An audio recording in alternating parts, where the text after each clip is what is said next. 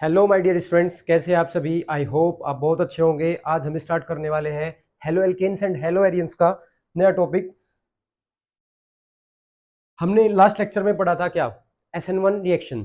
SN1 reaction का basic हमने वहां पे सीखा था और अब हम स्टार्ट करने वाले थे फैक्टर्स अफेक्टिंग, और शायद लास्ट लेक्चर में हमने उसे स्टार्ट भी कर दिया था। Factors affecting to the rate of SN1 reaction, factors affecting to the rate of SN1 reaction. Yes, हमने लास्ट लेक्चर के अंदर शायद पहला फैक्टर थोड़ा पढ़ भी लिया था, एल्काइल हैलाइड। वो वीडियो कैमरा ऑफ होने की वजह से थोड़ा प्रॉब्लम हो गई थी, तो हम वहीं से कंटिन्यू करेंगे अभी। ओके स्टूडेंट्स, ये टॉपिक इंपॉर्टेंट क्यों है पहले उसे समझते हैं। देखिए, ये चीज समझने के लिए क्या है, इसमें जैसे हमारे पास में एक कार्बन है, ये कार्बन के 4 बॉन्ड, ये हेलोजन लगा हुआ है। अब हमें इस पे क्या कराना है, रिएक्शन करानी है। और रिएक्शन कराने के लिए हमने यहाँ पे कोई न्यूक्लियोफाइल इंट्रोड्यूस किया। हमने क्या किया, एक न्यूक्लियोफाइल इंट्रोड्यूस किया रिएक्शन के अंदर, और न्यूक्लियोफाइल के साथ साथ क्या होगा, एक सॉल्वेंट भी यूज किया हमने। अभी थोड़ा समझने की कोशिश कीजिएगा कि फैक्टर्स क्यों इंपॉर्टेंट है पढ़ना, वो चीज समझ रहे हैं एक बार। अगर कोई रिएक्शन, ये आइडेंटिफाई करना है कि रिएक्शन SN1 होगी या SN2 होगी, ये आइडेंटिफाई करना है कि रिएक्शन SN1 होगी या SN2 होगी। It depends upon the nucleophile and along with solvent. अब देखिए, न्यूक्लियोफाइल दो प्रकार के हो सकते हैं। There are two types of nucleophile, they are strong nucleophiles and weak nucleophiles. दूसरा कौन सा है हमारा, वीक न्यूक्लियोफाइल्स। सॉल्वेंट्स भी हमारे दो प्रकार के हो सकते हैं, PAS polar aprotic solvent and polar protic solvent. Okay students, अब यहाँ पे जब हम डिसाइड करते हैं कि रिएक्शन SN1 होगी या SN2 होगी, तो कैसे कैसे डिसाइड किया जाता है। तो देखिए, सबसे पहला जो फैक्टर होता है जिससे हम डिसाइड करते हैं कि रिएक्शन SN1 होगी या SN2 होगी, तो सबसे पहला फैक्टर होता है डिग्री ऑफ एल्काइल हैलाइड। क्या होता है, degree of alkyl halide, degree of alkyl halide. यानी कि जिस कार्बन पर हेलोजन लगा हुआ है उस कार्बन की डिग्री कैसी है, वो एल्काइल हैलाइड कितनी डिग्री है, ये सबसे पहले डिसाइड करता है। मतलब जब हम उसकी रेट डिसाइड करते हैं कि SN1 होने वाली है, SN2 होने वाली है, टाइप्स ऑफ रिएक्शन डिसाइड करते हैं, तो सबसे पहले हम देखते हैं कि उसका डिग्री क्या होती है। क्योंकि अगर डिग्री उसकी डिफरेंट होगी तो रिएक्शन SN1 भी हो सकती है, SN2 भी हो सकती है। अब समझिए, मान के चले हमारा न्यूक्लियोफाइल कैसा है, स्ट्रॉन्ग है, तो रिएक्शन कौन सी होगी, SN2 होगी। न्यूक्लियोफाइल कैसा है हमारा, वीक है, तो रिएक्शन कैसी होगी, SN1 होगी। तो एक तो ये फैक्टर है कि आप न्यूक्लियोफाइल चेक कर लीजिए, न्यूक्लियोफाइल स्ट्रॉन्ग है या वीक है, ये तो एक तरीका है। या डिसाइडिंग फैक्टर में एक दूसरा फैक्टर क्या हमारा, सॉल्वेंट हो सकता है। सॉल्वेंट हमारा पोलर एप्रोटिक सॉल्वेंट है, पोलर प्रोटिक सॉल्वेंट है। पोलर प्रोटिक सॉल्वेंट SN1 को फेवर करते हैं और पोलर एप्रोटिक सॉल्वेंट SN2 को फेवर करते हैं। तो रिएक्शन का टाइप एक्सप्लेन करने के लिए कि वो SN1 होने वाली है, SN2 होने वाली है, इसके लिए हमें सबसे पहले चेक करना होता है कि वहां पे जो एल्काइल हैलाइड है वो एल्काइल हैलाइड कितने डिग्री है। तो ये तो सबसे पहले हमारा प्रायोरिटी बेसिस पर रखा जाता है। दूसरा, फिर हम देखते हैं कि वो न्यूक्लियोफाइल स्ट्रॉन्ग है या वीक है। मान के चलिए हमारा 3 डिग्री एल्काइल हैलाइड है, हमारा यहाँ पे जो एल्काइल हैलाइड है वो कितने डिग्री है, 3 डिग्री है। तो पॉसिबिलिटी है कि वहां पे SN1 रिएक्शन होगी, क्योंकि 3 डिग्री में SN1 सबसे फास्ट होती है। अब यही यही वाला मान के चलिए एल्काइल हैलाइड मिथाइल हैलाइड है, ये क्या है हमारा, मिथाइल हैलाइड। तो फुल ऑफ पॉसिबिलिटीज है कि यहाँ पे SN2 होगी। तो ये वाला फैक्टर बड़ा इंपॉर्टेंट होता है कि उसकी डिग्री क्या है। अगर उसकी डिग्री S1 डिग्री है, 2 डिग्री, 3 डिग्री, तो 3 डिग्री वाले किसे फेवर करते हैं, ज्यादातर SN1 को फेवर करते हैं। और जो हमारे मिथाइल या 1 डिग्री वाले होते हैं वो किसे फेवर करते हैं, हमारे SN2 को फेवर करते हैं। तो एक तो डिग्री होता है मेन फैक्टर। एक होता है हमारा क्या, एक होता है हमारा न्यूक्लियोफाइल कैसा है, स्ट्रॉन्ग है, वीक है। तीसरा क्या होता है हमारा, कि जो सॉल्वेंट हमने इंट्रोड्यूस किया है रिएक्शन के अंदर वो पोलर प्रोटिक सॉल्वेंट है या पोलर एप्रोटिक सॉल्वेंट है, वही एक फैक्टर है। अब क्वेश्चन क्या है, क्वेश्चन ये है कि मान के चलिए आपको कोई रिएक्शन दी गई, मान के चलिए आपको कोई रिएक्शन दी गई A to B, और यहाँ पे जो है आपको सॉल्वेंट भी डिफाइन किया गया हो और यहाँ पे आपको न्यूक्लियोफाइल भी डिफाइन किया गया हो, और उसका प्रोडक्ट आपसे पूछा जाए, तो आपको देखना होता है कि किस टाइप का सॉल्वेंट है, फिर देखना होता है कि न्यूक्लियोफाइल किस टाइप का है, उसकी डिग्री कैसी है उस एल्काइल हैलाइड की जो आपको दिया गया है। तो इन सारे फैक्टर्स को मिलाकर हम तब डिसाइड करते हैं कि रिएक्शन SN1 होगी या रिएक्शन SN2 होगी। तो वही चीज हम सीखने वाले हैं कि factors which affecting to the rate, कि कौन से फैक्टर्स हैं जो रेट को अफेक्ट कर सकते हैं, कि SN1 की रेट होगी या SN2 की तरफ जाएगी। तो ये चीज हम देखने वाले हैं अभी। देखिए सबसे पहला factor degree of alkyl halide लगा लीजिएगा। ये लास्ट क्लास में मैंने थोड़ा एक्सप्लेन किया था कि 3 degree alkyl halide gives faster to the SN1 reaction in comparison to 2 degree and 1 degree. उसमें मैंने आपको बताया था 3 डिग्री का जो कार्बोकैटायन होता है, 3 डिग्री का जो कार्बोकैटायन होता है वो क्या होता है हमारा, 3 डिग्री का कार्बोकैटायन ज़्यादा स्टेबल होता है और उसकी स्टेबिलिटी जितनी ज़्यादा होगी रेट ऑफ रिएक्शन उतनी ज़्यादा होगी। ये लास्ट क्लास के अंदर मैंने आपको बताया था rate of reaction of SN1 reaction is directly proportional to the stability of carbocation formed after the leaving of halogen atom. Halogen atom जानने के बाद जो कार्बोकैटायन फॉर्म होगा उस कार्बोकैटायन की स्टेबिलिटी जितनी ज़्यादा होगी रेट ऑफ SN1 उतनी ही ज़्यादा होगी। ये हमारा क्रूशियल फैक्टर है, मेन फैक्टर यही होता है जिससे हम डिसाइड करते हैं। अगर हम डिग्री की बात करें तो 3 डिग्री एल्काइल हैलाइड में कार्बोकैटायन की स्टेबिलिटी सबसे ज़्यादा होती है, तो उसमें रिएक्शन सबसे फास्ट होती है। ये हमने लास्ट क्लास में मूव किया था। अब हमारा जो लास्ट क्वेश्चन रह गया था लास्ट क्लास में, वहीं से अब मूव करते हैं। लास्ट क्लास के अंदर हम पढ़ रहे थे कि CH3Cl मिथाइल क्लोराइड, ये क्या है हमारा, this is our methyl chloride and methyl chloride does not give SN1 reaction. ये SN1 रिएक्शन नहीं देता है। उसका रीज़न आपको शायद पता भी होगा कि ये हमारा मिथाइल क्लोराइड है और मिथाइल क्लोराइड में से हैलोजन निकलने के बाद जो कार्बोकैटायन बनता है, the carbocation which is formed which is highly unstable. ये कार्बोकैटायन क्या है, पहले से ही हाईली अनस्टेबल है। ये कार्बोकैटायन हमारा हाईली अनस्टेबल है और कार्बोकैटायन की स्टेबिलिटी जितनी कम होती है वो कार्बोकैटायन वहां से हैलोजन को हटने नहीं देता है। मान के चलिए रिएक्शन, अब ये 4 बॉन्ड बने हुए हैं और ये स्टेबल है। अब ये कार्बोकैटायन बनेगा, इस कार्बोकैटायन की स्टेबिलिटी ज़्यादा नहीं है, ये हाईली अनस्टेबल है। उसका रीज़न दिख रहा होगा, पहले ओवरऑल इसके पास में डेफिशिएंसी है, ये हाइड्रोजन भी इसके इलेक्ट्रॉन कैरी करते हैं। अगर इलेक्ट्रॉन कैरी करेंगे तो ये कार्बन पहले से इलेक्ट्रॉन डेफिशिएंट है तो ये और अनस्टेबल हो जाएगा। तो ये स्टेबल है और ये क्या है, अनस्टेबल। अब कोई रिएक्शन उसी डायरेक्शन में मूव करती है जहां उसकी स्टेबिलिटी बढ़ती है। अभी यहाँ स्टेबल से क्या हो रहा है, अनस्टेबल। ये स्टेबल से क्या हो रहा है, अनस्टेबल।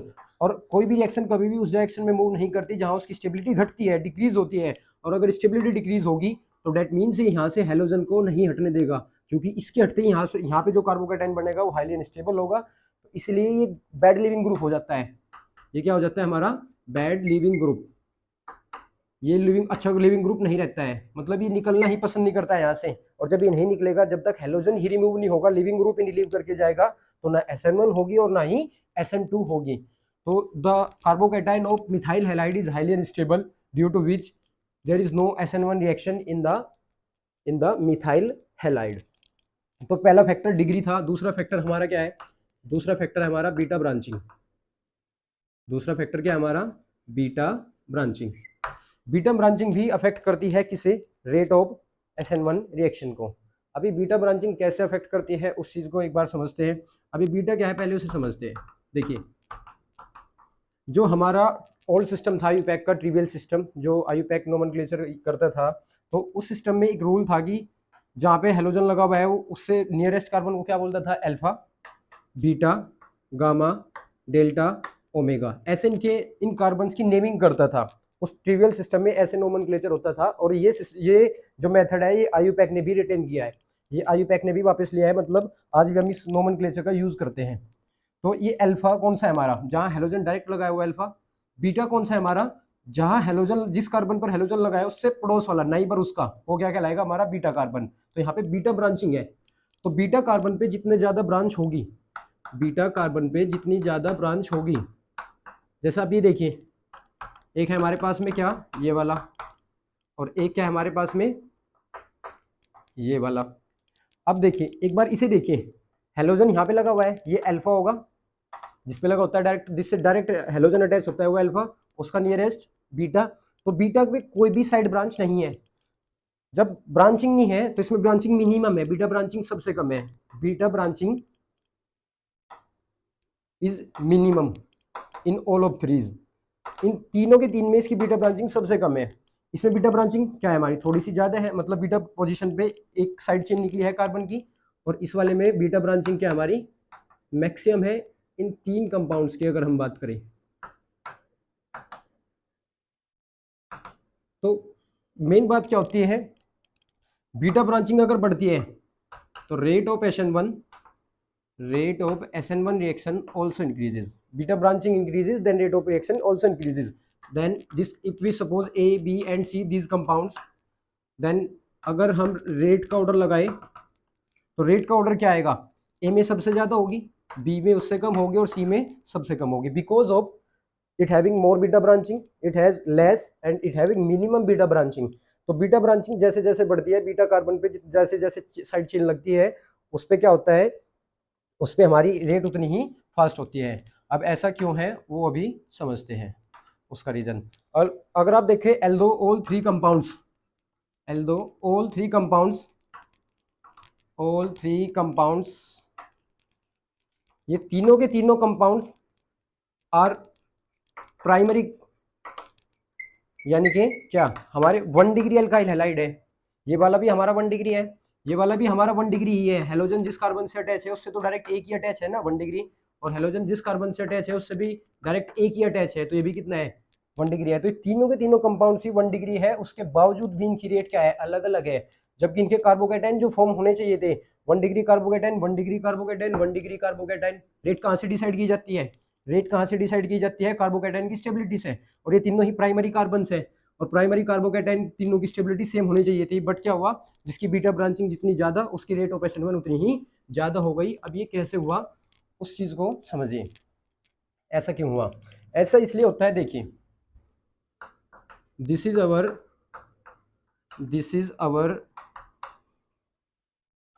4 कार्बन हो गए ना, 5 हो गए, total number of carbon are 5। This is neopentyl halide, neopentyl halide.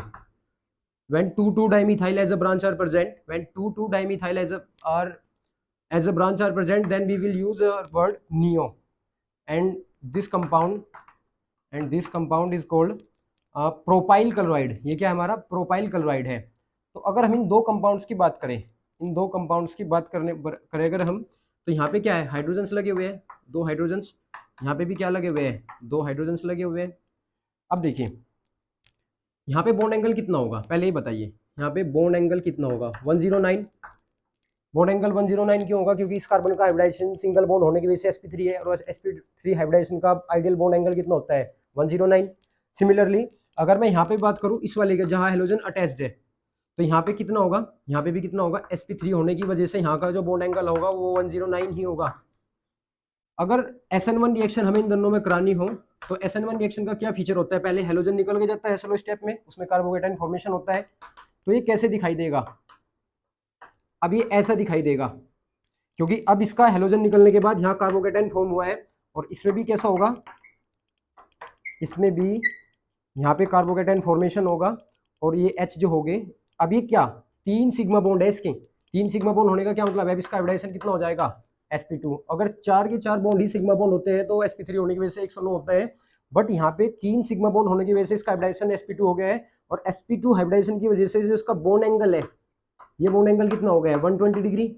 इसमें भी आइए, इसमें देखिए ये वाला बॉन्ड एंगल भी कितना हो गया है 120 डिग्री, क्योंकि इसके भी 3 बॉन्ड है, हेलोजन निकल कर चला गया है। ऐसे केस में कौन सा कार्बोकेटाइन पहले बनना पसंद करेगा, उस चीज को समझिए। देखिए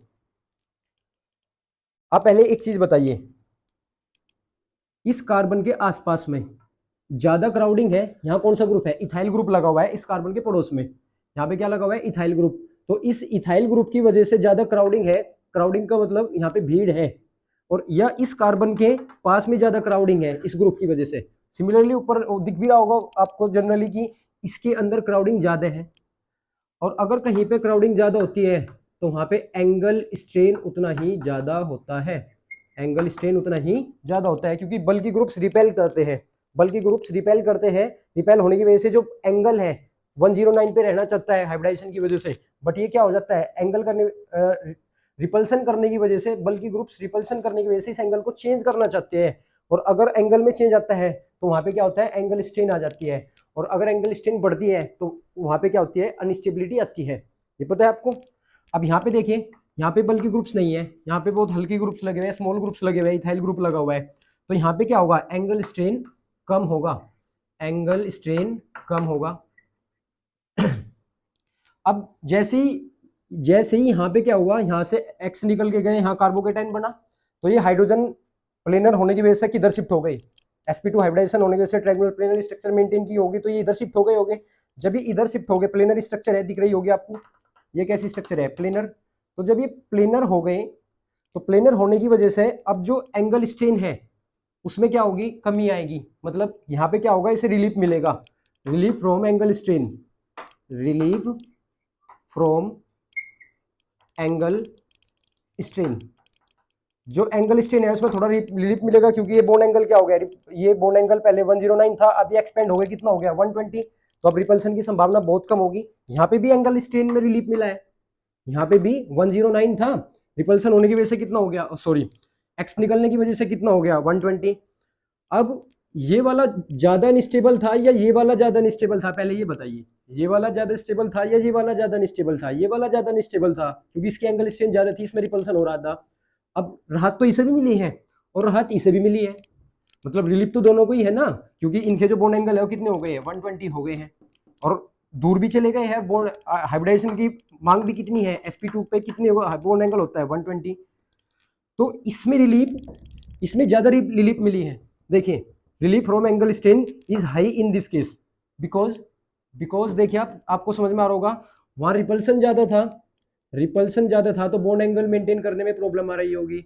बट अब ये दूर चले गए हैं इधर, इधर जाने की वजह से, तो इससे रिलीफ जरूर मिला होगा। अब इस वाले केस में देखो आप, इस वाले केस में रिपल्शन बहुत कम है, यहाँ पे रिपल्शन ही बहुत कम है, क्योंकि एंगल स्ट्रेन बहुत कम है, इसका बल्कि ग्रुप नहीं है उसके पास में, एंगल स्ट्रेन कम है। अगर एंगल स्ट्रेन कम है, उनके बीच में रिपल्सन कम होगा, रिपल्सन कम होगा तो इसे ज्यादा इफेक्ट नहीं पड़ेगा। तो इस वाले केस में एंगल स्ट्रेन में बहुत ज्यादा रिलीफ मिलता है ऐसे, क्योंकि इसमें रिपल्सन पहले ही होता रहता है। तो ये एक्स को हटाना पसंद करेगा, क्योंकि इसकी एकदम इसका जो स्ट्रक्चर है वो इस प्रकार चेंज हो जाएगा, तो इसका कार्बोकैटायन इजीली बनेगा। और आपको पता है रेट किस पे डिपेंड करती है, रेट ऑफ SN1 रिएक्शन किस पे डिपेंड करती है, रेट ऑफ SN1 डिपेंड करती है कार्बोकैटायन के फॉर्मेशन पे। कार्बोकैटायन फॉर्म जितना जल्दी होगा, उसकी स्टेबिलिटी उसकी स्टेबिलिटी भी उतनी ज्यादा होगी, और उसकी जो रेट है, जो उसकी स्पीड डायरेक्शन की भी वो उतनी ही ज्यादा होगी। तो यहाँ से हम समझ सकते हैं कि अगर हम बीटा ब्रांचिंग बढ़ाएं, अगर हम बीटा ब्रांचिंग, बीटा कार्बन पे ब्रांचिंग बढ़ा दें, तो उससे जो मिलने वाली रिलीफ फ्रॉम एंगल स्ट्रेन ज्यादा होगी, तो कार्बोकैटायन जल्दी बनेगा, कार्बोकैटायन जल्दी बनेगा तो हम कह सकते हैं कि उसकी रेट ज्यादा होगी। अगर हम यहाँ पे देखें, यहाँ पे बीटा ब्रांचिंग नहीं है, बीटा ब्रांचिंग ना होने की वजह से, बीटा ब्रांचिंग ना होने की वजह से क्या होता है, एंगल स्ट्रेन में रिलीफ तो मिलती है पर इसे ज्यादा रिलीफ मिलती है, इसका कार्बोकैटायन ज्यादा जल्दी बनना पसंद करता है, मतलब इस स्ट्रक्चर में जल्दी बनना पसंद करता है, इस वजह से इसका कार्बोकैटायन जल्दी बनता है, और कार्बोकैटायन बनने की वजह से इसकी रेट क्या हो जाती है, ज्यादा हो जाती है। तो हमने बात की थी कि अगर हमारे पास में बीटा ब्रांचिंग बढ़े तो क्या SN1 की रेट पे इफेक्ट आएगा, बिल्कुल आएगा, क्योंकि ये तीनों के तीनों कंपाउंड, ये दोनों के दोनों कंपाउंड ही 1 डिग्री कार्बन है, 1 डिग्री एल्काइल हैलाइड वाले हैं, और 1 डिग्री वाले में रेट ऑफ रिएक्शन सेम होनी चाहिए थी। बट एक फैक्टर क्या होता है हमारा, बीटा ब्रांचिंग उसे अफेक्ट कर देती है। You can note down by pausing the video. So I think अगर आप एक दो क्वेश्चन करने की अगर हम कोशिश करें, देखिए ये क्वेश्चन करेंगे अभी हम। एक हमारे पास में ये है, एक कंपाउंड हमारे पास में ये है, और एक कंपाउंड हमारे पास में ये वाला है।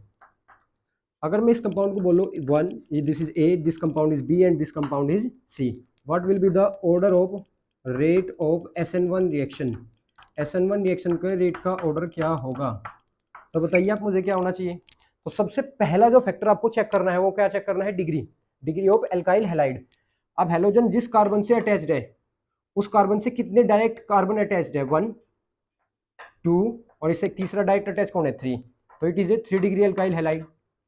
अगर हम इस वाले हैलोजन को देखो तो ये इस कार्बन से अटैच्ड है, इस कार्बन से डायरेक्ट कितने अटैच है, ओनली 1, तो it is 1 degree alkyl halide. और अगर हम इसकी बात करें, हैलोजन जिस कार्बन से अटैच्ड है, उस कार्बन से 2 कार्बन डायरेक्ट अटैच्ड है, तो इट इज ए 2 डिग्री। अब डिग्री हमें पता लग गई तो हम क्या कर सकते हैं, अगर हमें डिग्री पता लग गई है तो 3 डिग्री वाले सबसे ज्यादा देंगे, क्योंकि यहाँ पे तो डिग्री डोमिनेंट हो गई है, डिग्री ही मेन फैक्टर बन गया है, तो सी में सबसे ज्यादा होगी, देन ए में, एंड देन बी में, क्योंकि उसकी डिग्री कितनी है, 2। तो अगर आप SN1 के क्वेश्चन करने के लिए जा रहे हैं तो सबसे पहला जो क्रूशियल फैक्टर आपको चेक करना होता है वो क्या होता है, डिग्री ऑफ एल्काइल हैलाइड। और अगर डिग्री ऑफ एल्काइल हैलाइड क्या है, अलग अलग है तो क्वेश्चन इजी है, बट अगर डिग्री सेम भी हो, अगर डिग्री भी क्या हो हमारी सेम भी हो, तो वहां पे आप दूसरा फैक्टर क्या चेक करेंगे, दूसरा फैक्टर आप चेक करेंगे बीटा ब्रांचिंग। और अगर बीटा ब्रांचिंग भी सेम हो जाती है, फिर हम तीसरे फैक्टर की ओर जाएंगे, तो एक और क्वेश्चन देखते हैं।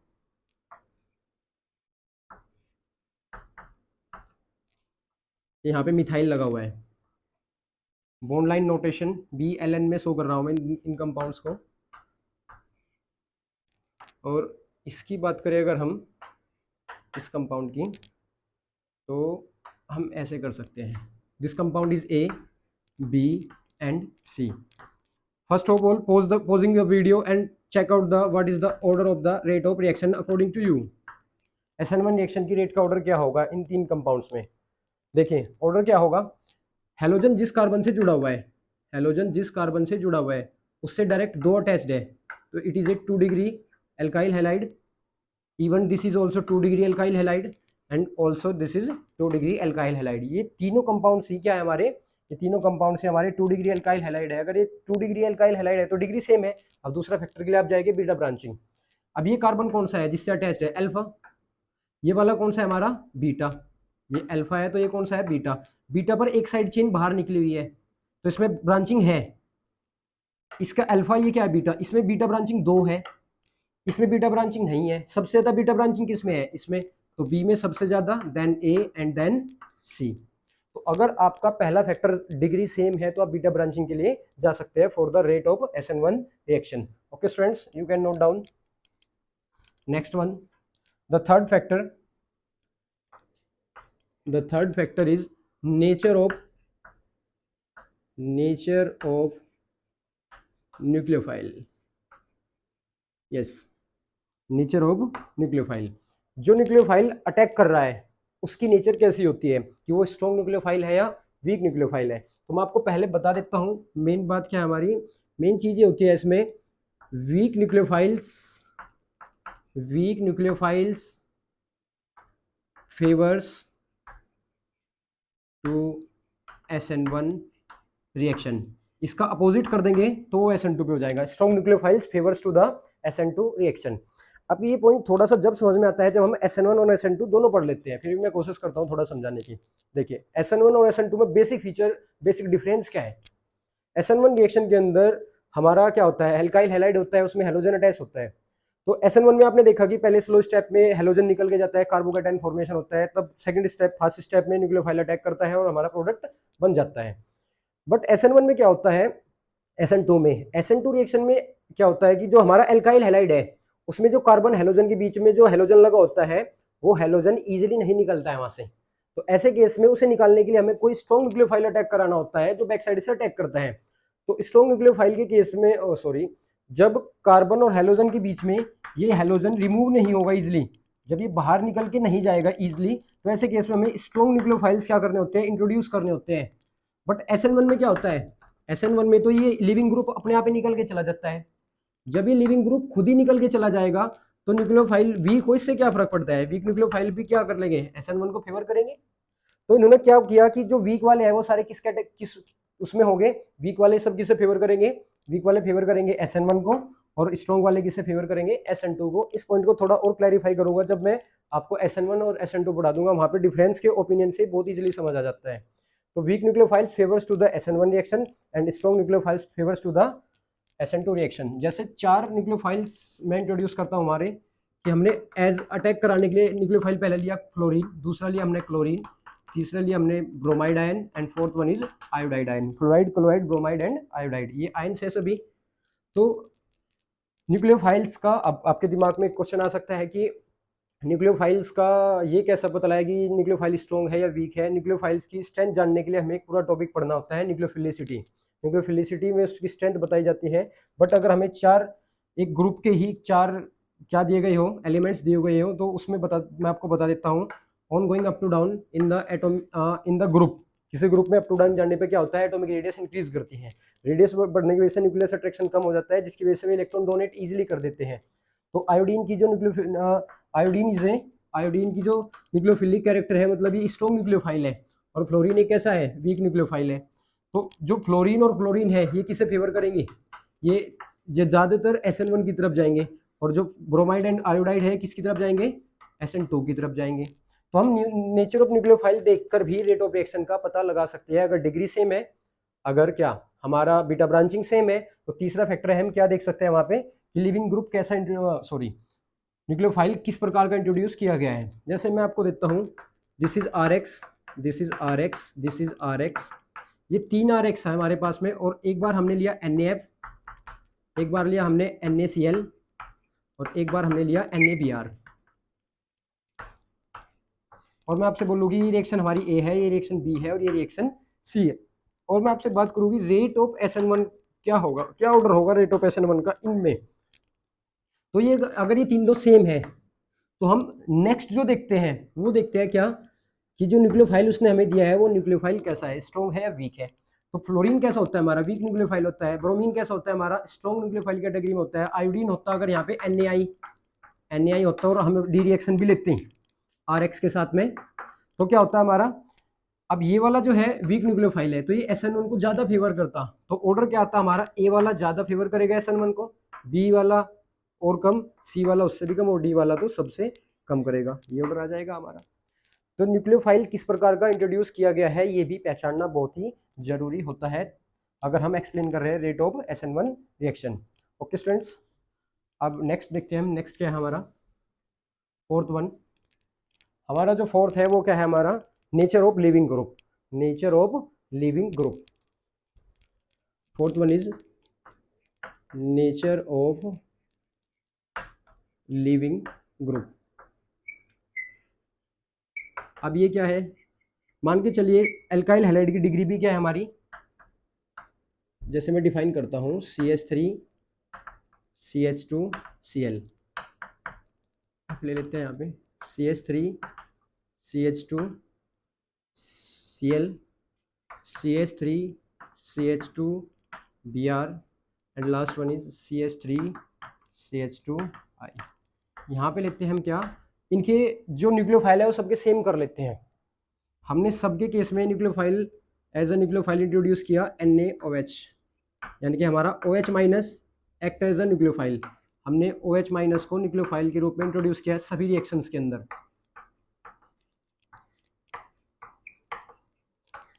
और इन रिएक्शंस का नाम रख लेते हैं हम, this reaction is A B C and D। ये प्रोडक्ट तो सभी को पता है क्या बनेगा, प्रोडक्ट क्या होगा, ये पहले फर्स्ट स्टेप में लिविंग ग्रुप यहाँ से निकल के जाएगा, ये निकल के जाने के बाद यहाँ कार्बोकेटाइन बनेगा, OH इस पे दोनों साइड से अटैक करेगा, और हमारा क्या एक रिटेंशन और एक इन्वर्जन प्रोडक्ट बन जाएगा।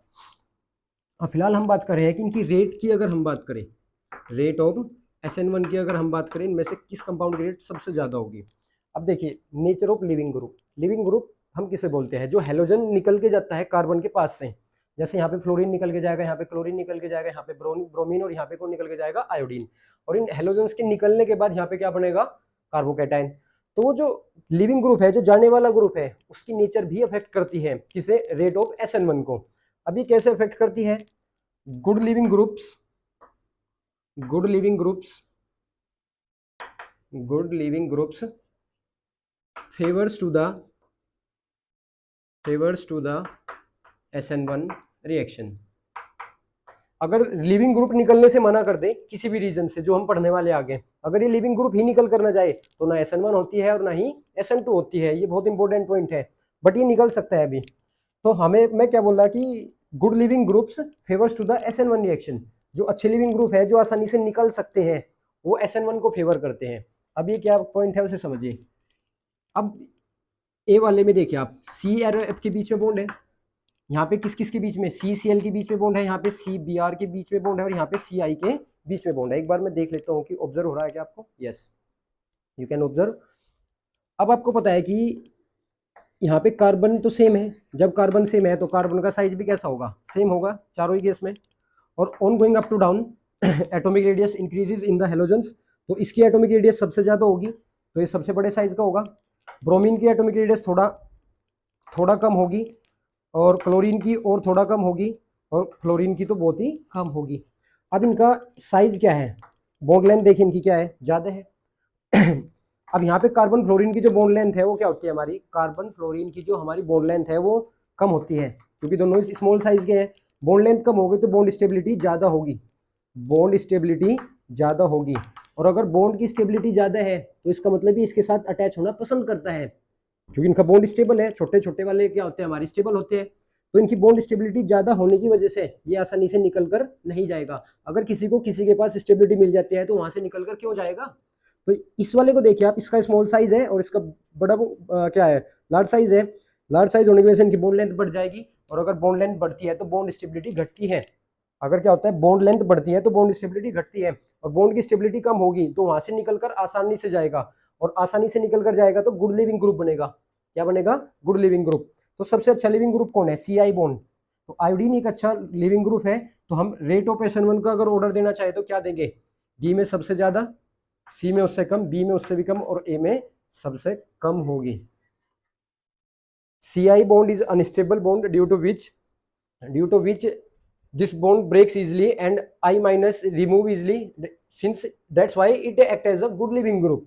और गुड लिविंग ग्रुप होने की वजह से वो किस रिएक्शन को फेवर करेगा, SN1 को। अगर लिविंग ग्रुप निकलने से ही मना कर देता है तो फिर तो ना SN1 होती है और ना ही SN2 होती है, जैसा कि हम देखेंगे विनाइल क्लोराइड और एराइल हैलाइड के केस में। ओके स्टूडेंट्स, तो आप ये नोट कर लीजिएगा, ये हमारा फोर्थ फैक्टर है। अब एक लास्ट फैक्टर और बच जाता है, फिर उसके बेसिस पे हम क्वेश्चन करेंगे और देखेंगे कि कैसे कैसे क्वेश्चंस एनसीईआरटी में है और कैसे कैसे क्वेश्चंस फिर अदर बुक्स में, और कौन से क्वेश्चन एग्जाम्स में आते हैं, इसके कौन कौन से फैक्टर्स पे हमारे यहाँ क्वेश्चन आएंगे वो भी देखने वाले हैं हम। तो सबसे पहला लास्ट फैक्टर बचा हुआ है, तो लास्ट फैक्टर एक बार देख लेते हैं, क्वेश्चन तभी देखेंगे। That is nature of solvent. अभी सॉल्वेंट की आपको कंप्लीट नॉलेज नहीं होगी, बट मैं बहुत जल्दी कोशिश करूंगा एक सॉल्वेंट रिलेटेड वीडियो अपलोड की जाए। तो सॉल्वेंट दो प्रकार के होते हैं हमारे, एक होते हैं हमारे PAS polar aprotic solvent, and एक होते हैं हमारे क्या PPS पोलर प्रोटिक सॉल्वेंट। तो जो पोलर प्रोटिक सॉल्वेंट होते हैं, polar protic solvent favours to the SN1 reaction and polar aprotic solvent favours to the SN2 reaction. Polar protic solvent किसे फेवर करते हैं, पोलर प्रोटिक सॉल्वेंट किसे favour करते हैं, SN1 को, और पोलर एप्रोटिक सॉल्वेंट किसे फेवर करते हैं, SN2 को। अब आपके दिमाग में आ रहा होगा कि पोलर प्रोटिक कौन से होते हैं, पोलर एप्रोटिक कौन से होते हैं, पोलर प्रोटिक सॉल्वेंट ही SN1 को फेवर क्यों करते हैं। अभी हमारे लिए पॉइंट क्या है, polar protic solvent, polar protic solvent, you can note down to this point, favors to the SN1 reaction. Polar protic solvent किसे फेवर करते हैं, SN1 रिएक्शन को फेवर करते हैं। जैसे मैं थोड़ा सा एक्सप्लेन करता हूं कि ऐसा क्यों होता है, व्हाई दिस हैपेंस। एक पोलर प्रोटिक सॉल्वेंट ले लेते हैं, जैसे हमारा एग्जांपल में कौन है, H2O। H2O is a polar protic solvent, और वाटर के पास में दोनों पोल्स की अवेलेबल होते हैं, ये O माइनस भी रख सकता है और ये H पॉजिटिव भी रख सकता है। Due to high electronegativity of oxygen it contains partial negative charge, and due to less electronegativity of hydrogen in comparison of oxygen, hydrogen contains partial positive charge। अब ये क्या करते हैं, जैसे हमारे पास में हमारा एल्काइल हैलाइड है, तो एल्काइल हैलाइड की जो नेचर होती है वो तो आपको पता है कैसे होती है, पोलर नेचर का होता है। हैलोजन की जो इलेक्ट्रोनेगेटिविटी होती है वो ज़्यादा होती है और कार्बन की इलेक्ट्रोनेगेटिविटी कम होती है, तो इस पे पार्शियल पॉजिटिव आता है और हैलोजन पे पार्शियल नेगेटिव आता है। अब ये पोलर प्रोटिक सॉल्वेंट क्या करते हैं ऐसा, ताकि SN1 को फेवर करता है। देन एक्सप्लेनेशन क्या है हमारा, polar protic solvent helps in, polar protic solvent helps in ionisation, polar protic solvent helps in ionisation. अब इसका क्या मतलब है, जैसे आपने पोलर प्रोटिक सॉल्वेंट फेवर किया लाइक H2O, ये आपने रिएक्शन में इंट्रोड्यूस किया SN1 रिएक्शन कराने के लिए, तो ये क्या करते हैं, इस पे नेगेटिव है, और हाइड्रोजन के बारे में मैंने बता दिया, हाइड्रोजन पॉजिटिव है और ऑक्सीजन नेगेटिव है। तो नेगेटिव वाला पार्ट किससे कनेक्ट हो जाएगा, पॉजिटिव से। इसका भी नेगेटिव वाला पार्ट किससे कनेक्ट हो जाएगा, पॉजिटिव से। इसका पॉजिटिव पार्ट किससे कनेक्ट हो जाएगा, नेगेटिव से, और इसका पॉजिटिव पार्ट किससे कनेक्ट हो जाएगा, नेगेटिव से। अब ये क्या करेंगे, पॉजिटिव वाला नेगेटिव के साथ अट्रैक्शन, पॉजिटिव वाला नेगेटिव के साथ, सिमिलरली नेगेटिव वाला पॉजिटिव के साथ, नेगेटिव वाला पॉजिटिव के साथ। तो ये क्या करेंगे, इन्हें अपनी तरफ अट्रैक्ट करेंगे और इन्हें अलग कर देंगे। क्या कर देंगे, इन्हें अलग कर देंगे। जैसे ये अलग हो गए तो ये R पॉजिटिव बन जाएगा और ये X माइनस बन जाएगा।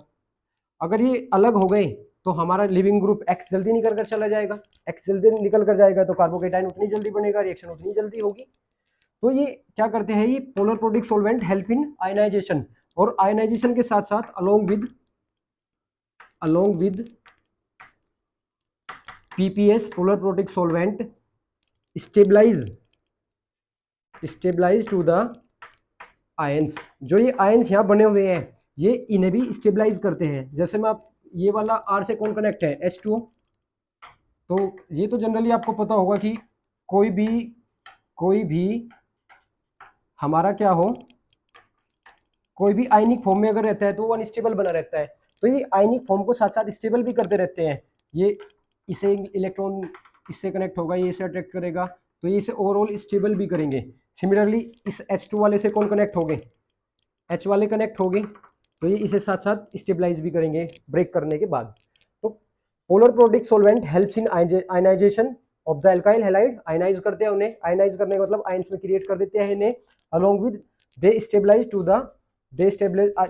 To the ions formed in the reaction. तो जो रिएक्शन में आयंस बनते हैं उन्हें साथ साथ में क्या करते हैं, स्टेबलाइज भी करते हैं। तो पोलर प्रोटिक सॉल्वेंट किसे फेवर करते हैं, SN1 को, और पोलर एप्रोटिक सॉल्वेंट किसे फेवर करते हैं, SN2 को। You can note down to this point. Students अब थोड़ा सा हम क्वेश्चन की ओर जाते हैं, इसके क्वेश्चंस देखते हैं। देखिए उससे पहले मैं आपको एक बात बताता हूं, ये नोट आप लगा सकते हैं। AgNO3 act as a catalyst for the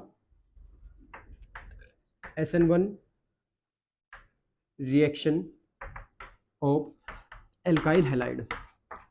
अगर हम एल्काइल हैलाइड्स पे SN1 रिएक्शन करा रहे हैं, जो कि हम पढ़ रहे हैं अभी, तो उनके लिए जो AgNO3 आता है वो किसकी तरह बिहेव करता है, एज अ कैटलिस्ट बिहेव करता है। अब ये क्यों है उसे समझिए पहले। अगर मैंने एल्काइल हैलाइड लिया और एक्वस AgNO3 है हमारे पास में, कैसा AgNO3 कैसा है हमारे पास में, एक्वस। तो एक्वस के केस में इसके पास में आयंस अवेलेबल होंगे, Ag positive and NO3 negative. और ये चीज मैं आपको पहले भी बता चुका हूं, silver is the fond of halogens. Silver क्या होता है, हेलोजेंस का फॉन्ड ऑफ होता है। तो ये क्या करता है, इसके साथ इजीली रिएक्शन कर लेता है। रिएक्शन होने के बाद ये इसे क्या कर देगा, प्रेसिपिटेट आउट कर देगा, और यहाँ पे क्या बन जाएगा आपका, कार्बोकैटायन बन जाएगा। अब Ag क्या है, हेलोजन का फॉन्ड ऑफ है, और फॉन्ड ऑफ होने की वजह से इसे जल्दी ट्रैप कर लेता है। जल्दी ट्रैप करेगा तो रिएक्शन जल्दी हो जाएगी, और रिएक्शन जल्दी हो जाएगी तो कहीं ना कहीं उसकी स्पीड को अफेक्ट करेगा। तो ये कैटलिस्ट हो जाता है इस रिएक्शन का। ठीक है स्टूडेंट्स, आपको याद रखना होगा, ये वाला पॉइंट आपको शायद समझ में आ गया होगा कि AgNO3 act as a catalyst for the SN1 reaction. हाँ ओके, अब इसका एक दो क्वेश्चन देख लेते हैं। नेक्स्ट है हमारा क्या, question related, you can check. You have to tell me the product of the reaction. What is the product of the reaction. 3 degree ले लेते हैं, क्योंकि 3 डिग्री में SN1 बहुत ज़्यादा फास्ट होती है। यहाँ पे Ag एक्वस AgNO3 ट्रीट किया। Tell me what is the product of the reaction. सोच के बताइए इस रिएक्शन का क्या प्रोडक्ट होगा। देख लीजिएगा आप, सोचिए पहले प्रोडक्ट क्या होगा। यस बताइए प्रोडक्ट क्या होगा। अगर AgNO3 एक्वस AgNO3 किसकी तरह बिहेव करता है, कैटलिस्ट की तरह बिहेव करता है। तो ये तो हमारा इस रिएक्शन का कैटलिस्ट है। एक्वस का मीनिंग क्या होता है हमारा, ये वाटर के साथ लिया गया है, और वाटर में हमारा कौन प्रेजेंट होता है, H+ होता है, और OH- भी होता है। मैं आपको बता दूं कि OH- अटैक नहीं करता है, मैं आपको पहले ही बता देता हूं, OH- do not attack in this reaction. ये बताऊंगा अभी कैसे होता है। तो प्रोडक्ट होगा CH3OH। क्या होगा हमारा, ये वाटर में से कौन निकल के आएगा, हाइड्रोक्सी ग्रुप। ये overall H2 complete molecule attack करता है, उसके बाद H+ निकलने के बाद OH रह जाता है वहां पे, तो ये हमारी क्या बन जाएगी, अल्कोहल बन जाएगी। ठीक है, अभी रिएक्शन कैसे हुई है थोड़ा सा उसे समझिए, क्योंकि यहाँ पे काम की चीज मुझे बतानी है। CH3 अगर ये SN1 रिएक्शन है, SN1 को फेवर कर रही है, तो सबसे पहले Cl के निकलने के बाद, Cl ग्रुप के निकलने के बाद यहाँ पे किसकी फॉर्मेशन होगी, कार्बोकैटायन फॉर्मेशन होगा। यहाँ पे किसका फॉर्मेशन होगा, कार्बोकैटायन फॉर्मेशन। और कार्बोकैटायन फॉर्म होने के बाद जो H2O उसमें पड़ा गया है, वो H2O यानी कि हमारा क्या, solvent act as a nucleophile. Solvent किसकी तरह बिहेव करता है, न्यूक्लियोफाइल की तरह। And those are the reactions in which solvent act as a nucleophiles, they are called solvolysis reaction. Solvolysis reaction, ऐसी रिएक्शंस को हम क्या बोलते हैं, सोल्वोलाइसिस रिएक्शन बोलते हैं, जिनमें सॉल्वेंट खुद न्यूक्लियोफाइल की तरह अटैक करता है। तो ये पहले इस पर अटैक करता है अपने लोन पेयर की सहायता से, तो ये बनेगा हमारा CH3, C पे CH3 और CH3, और O पे कौन आ जाएंगे, ये 2H। ऑक्सीजन के 3 बॉन्ड बन गए हैं, तो 3 बॉन्ड बनने की वजह से ये स्टेबल नहीं होगा। तो मैंने आपको बताया था कि जब कोई एलिमेंट अपनी लिमिट से ज्यादा बॉन्ड बना लेता है तो एक बॉन्ड को ब्रेक करता है, उसकी इलेक्ट्रोनेगेटिविटी इंक्रीज कर जाती है, तो ये H+ को बाहर निकाल देता है। तो H+ जैसे ही बाहर निकलेगा ये बाहर चला जाएगा, तो यहाँ पे OH बचा रह जाएगा। जैसे इलेक्ट्रॉन गेन करेगा ये नेगेटिव हो जाएगा, और नेगेटिव पॉजिटिव क्या कर लेंगे, न्यूट्रल। तो ये बन जाएगा CH3, C पर CH3 और ऊपर कौन आ जाएगा, H। ऊपर कौन आ जाएगा, हमारा H आ जाएगा। ओके स्टूडेंट्स, तो आपको यहाँ पे ऑब्जर्व हो रहा होगा कि हमारा OH कैसे आया है। तो ऐसी रिएक्शंस जिनमें न्यूक्लियोफाइल किसकी तरह बिहेव करते हैं, जिनमें सोलवेंट ही हमारे न्यूक्लियोफाइल्स की तरह बिहेव करते हैं, those are the chemical reactions in which solvent self act as a nucleophile. This type of reaction is called solvolysis reaction. और सोलोलाइसिस रिएक्शंस में क्या होता है, nucleo water molecule complete molecule attack करता है और फिर H+ को बाहर निकाल के उसके बाद अल्कोहल फॉर्मेशन करा देता है। तो कभी कभी क्या होता है, बच्चा ये सोचता है कि NO3 as a nucleophile attack करेगा, और अटैक करने के बाद यहाँ पे NO3 कनेक्ट हो जाएगा। ये तो क्या हमारे इस रिएक्शन का, ये तो हमारा कैटलिस्ट है, अभी तो बताया मैंने, aqueous AgNO3 act as a catalyst of SN1 reaction. ये तो रेट को थोड़ा जल्दी कराने में काम आता है, तो यहाँ पे प्रोडक्ट को थोड़ा ध्यान रखना होगा। यस, अगला हमारा क्या है, SN1 रिएक्शन। जब मैंने आपको बताई थी तो मैं थोड़ा सा जल्दी एक चीज बता देता हूँ आपको, ये थोड़ा फास्टली बताऊंगा, थोड़ा ध्यान देना इस चीज पे। जब कोई हमारे पास में एल्काइल हैलाइड है, ये हमने लास्ट लेक्चर में पढ़ी हुई है वैसे, ये हेलोजन क्या करता है, ये वाला हेलोजन अपनी इलेक्ट्रोनिगेटिविटी के बेस पे X- के रूप में बाहर निकल के जाता है, और यहाँ पे क्या होता है, कार्बोकेटाइन फॉर्मेशन होता है। किसका फॉर्मेशन, कार्बोकेटाइन। और ये स्लो स्टेप होता है, और स्लो स्टेप ये हमारा क्या होता है, RDS। यहाँ तक हमने पढ़ा हुआ है। सेकंड स्टेप में क्या होता है, न्यूक्लियोफाइल के पास अपॉर्चुनिटी होता है कि वो फ्रंट अटैक भी करे और बैक अटैक भी करे, और हमारा एक रिटेंशन प्रोडक्ट आता है और एक हमारा इन्वर्जन प्रोडक्ट आता है।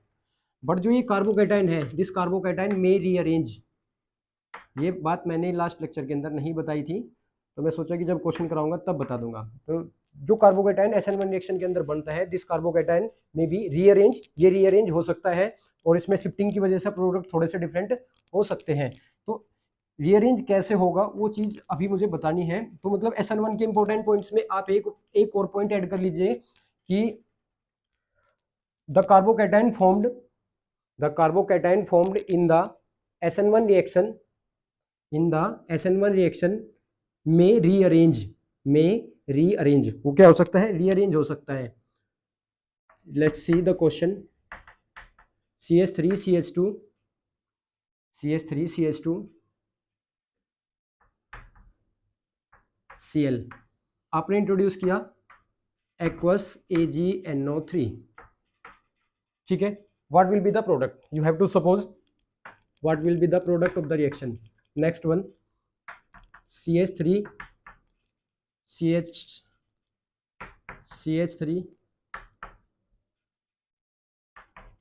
CH2 Cl, ये हमारी क्या होगी, रिएजेंट सेम रखेंगे, CH3 C पर CH3 एंड CH2 Cl। यहाँ पे रिएजेंट हमारा क्या है, सेम है, aqueous AgNO3। What will be the product of both all three reactions, इन तीनों रिएक्शंस के प्रोडक्ट बताइए आप मुझे क्या होगा। चलिए मैं लिख देता हूँ, CH3 CH2 OH, ये तो आपको क्लियर होगा। ये क्या है, CH3 ये यहाँ से H हट जाएगा, यहाँ पे लगेगा OH और यहाँ पे बन जाएगा CH3। इस वाले का क्या होगा, हमारा CH3 C पर आएगा CH3, और ये क्या है हमारा, यहाँ पे आएगा OH और यहाँ पे आएगा CH2 CH3। ओके स्टूडेंट्स, ये हमारे प्रोडक्ट हो गए। अब आप सोच रहे होंगे कि यहाँ से Cl हटा है, Cl यहाँ से हटा हुआ है तो कार्बोकेटाइन यहाँ बना होगा। जब कार्बोकेटाइन यहाँ बना होगा तो न्यूक्लियोफाइल ने यहाँ पे H2 ने वोल मॉलिक्यूल ने अटैक किया होगा, अटैक करने के बाद यहाँ से H निकलने के बाद यहाँ पे OH आ जाना चाहिए था, जैसे मैंने लास्ट सेक्शन के अंदर आपको बताया। बट ये OH इस वाले में तो यहीं पे आया है, इस वाले में तो इसी पर आया जिस पे हेलोजन लगा हुआ है।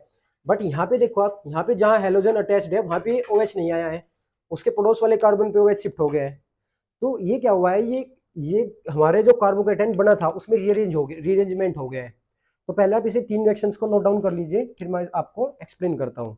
Bye pausing the video you can note down, I will explain it.